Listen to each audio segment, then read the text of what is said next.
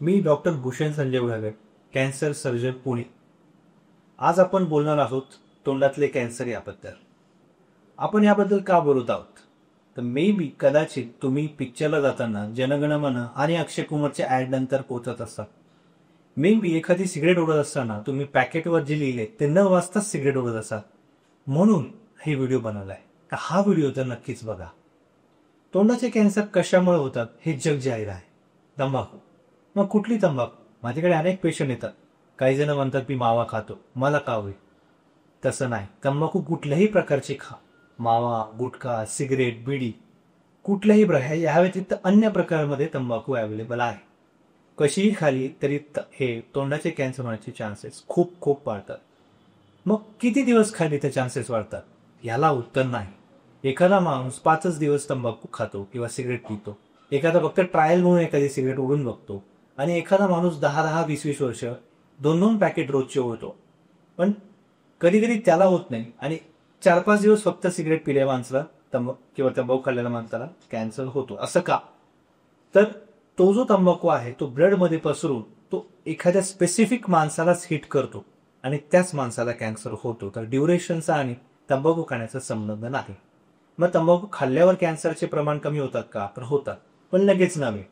एक काही काळानंतर 5-10 वर्ष तंबाखू बंद केल्यानंतर कॅन्सर होण्याची शक्यता कमी होते आणि एक 15 ते 20 वर्ष झाली की शक्यता पूर्णपणे बंद होते. म्हणून तंबाखू जर खात असाल तर ती बंद करणे हे फायदेशीर आहे. मग आता पुढे तोंडाचे कॅन्सर ओळखावे कसे?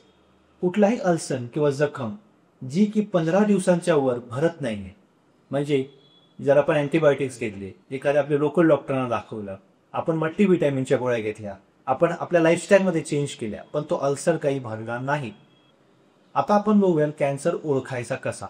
तर एखाद्याला जर जखम झाली असेल तोंडामध्ये जी 15-15 दिवसापर्यंत भरत नसेल, मग तुम्ही आपल्या लोकल डॉक्टरकडे जाऊन मल्टीव्हिटॅमिनच्या गोळ्या, अँटीबायोटिक्सच्या गोळ्या, लाईफस्टाईल चेंजेस हे सगळे उपाय करून बघितले.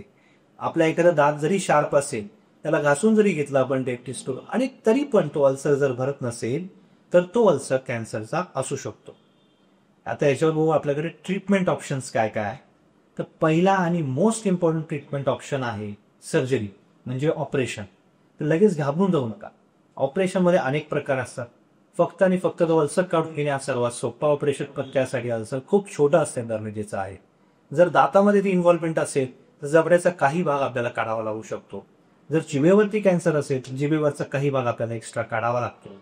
यावेळी तर गळ्यामध्ये काही लिम्फनोड्स नावाच्या गाठी असतात, त्या गाठी सुद्धा ह्या कॅन्सर सोबत आपल्याला काढाव्या लागतात. गाठी का काढायच्या? तर हा फिल्टर म्हणून काम करतो. तर तोंडातला कॅन्सर फुफ्फुसांपर्यंत जाऊ नये म्हणून हा गळ्यातला फिल्टर असतो. तर तिथपर्यंत तो पोचलाय का? तिथे पोचला असेल तर तो काढणे गरजेचं आहे. म्हणून या दोन्ही कारणांसाठी आपण गळ्यातल्या गाठी काढते. हे सगळं काढल्यानंतर आपला चेहरा विद्रूप दिसेल का? हा एक मोठा प्रश्न आपल्या समोर असतो. तर नाही.